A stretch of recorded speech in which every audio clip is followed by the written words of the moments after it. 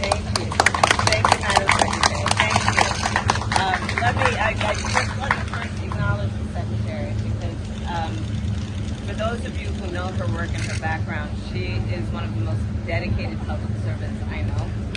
And on this issue of what we must do to invest in the talent and the resources and the capacity of Puerto Rico, you have been just absolutely relentless and tireless in doing what we know is achievable, especially when we have a sense of urgency about our goals. So I credit and thank you for your work.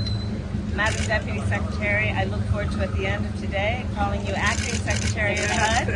And I want to thank you for all the work and the partnership between these important and critical agencies to do the kind of work that we see behind us. So thank you for that.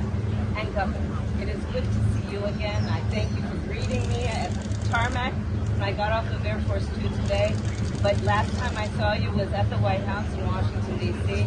You and I and the President were having an extensive conversation about the importance of your partnership with the President and with our administration and how that partnership makes all of this work real. So I thank you for the warm welcome, but in particular for your leadership on such important issues that have such profound impact. I also must thank the matriarch of the family, Maria.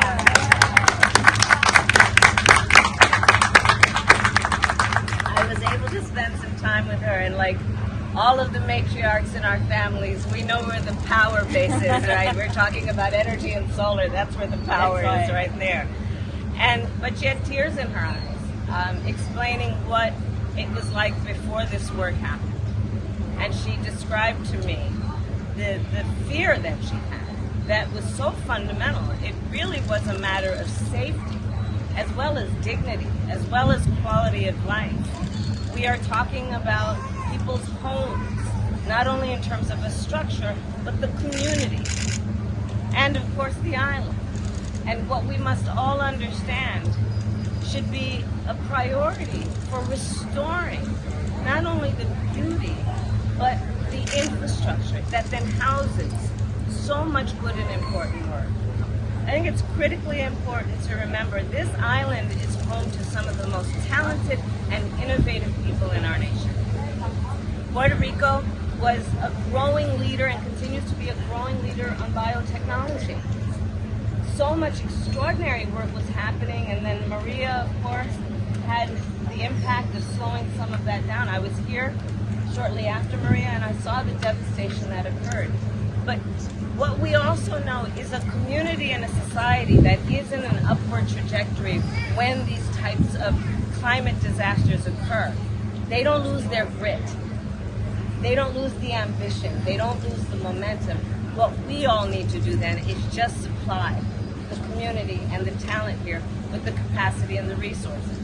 And so President Joe Biden and I have been very intentional about what we are doing for the leaders and the people and the families of Puerto Rico. So far, our administration has invested over $140 billion in Puerto Rico. And that work that has been a result of that investment spans the gamut, but includes what we are doing to help upgrade homes and facilities. What we are doing, again, with the leadership of the Secretary and Deputy Secretary, to install solar panels which are on top of this house, and to do it in a way that we learned the lessons from Maria. Solar panels were here before Maria, but part of what we realized is they were not hurricane resistant. So the innovation that has happened has also been about upgrading the technology, knowing how it has affected an island like Puerto Rico and what we must do to be smarter.